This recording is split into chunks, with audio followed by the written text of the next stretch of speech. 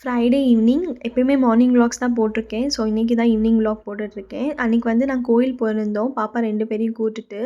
So, அதோட mini vlog தான். First வந்து நாங்க ஆட்டோல ஏறிட்டு கோயில்கிட்ட போயிட்டோம். ஆட்டோ ஃபுல்லும் நல்ல எல்இடி லைட்ஸ் மாதிரி கலர் கலரா லைட்ஸ் போட்டிருந்தாங்க. அதை பார்த்து ரொம்ப எக்ஸைட்டடா வந்தாங்க 2 பேருமே.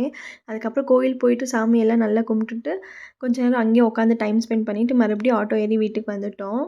வீட்டுக்கு வர வழியில தான் மாவு பாக்கெட் வாங்கிட்டு போகலான்னு சொல்லிட்டு, மாவு பாக்கெட்டும் வாங்கிட்டு வீட்டுக்கு வந்தோம். நைட் டின்னருக்கு அப்படியே ப்ரிப்பேர் பண்ணிக்கலான்னு சொல்லிட்டு. இந்த மாவு பாக்கெட் வந்து நான் ஜெப்டோலயோ இல்லைனா ஃப்ரெஷ் டூ ஹோம்லலாம் போட்டால் 1 கேஜிக்கு வந்து 60, 70 ருப்பீஸ் என்னமோ வரும். பட் இவங்க வந்து மில் வச்சுருக்காங்க. ஸோ இவங்க கிட்ட வாங்கினா 40 ருப்பீஸ் என்னமோ சொன்னாங்க 1 கிலோ. ரொம்ப நல்லா இருந்துச்சு. ரொம்ப கெட்டியா இருந்துச்சு. வீட்ல அரைச்ச மாதிரி இருந்துச்சு. நாங்களும் ட்ரை பண்ணி பார்த்தோம் ஃபர்ஸ்ட் டைமு. ஆக்சுவலி எங்கள் வீட்டு முன்னாடி இருக்க பொண்ணுங்க தான் எனக்கு ஐடியா குடுத்தாங்க. இங்க மாவு வாங்குங்க நல்லாயிருக்குன்னு சொல்லிட்டு. ஸோ அவங்க சொன்ன மாதிரி ரொம்ப நல்லா இருந்துச்சு. ஸோ இதான் இன்னைக்கோட விலாக். நாளைக்கு பார்க்கலாம். பாய்.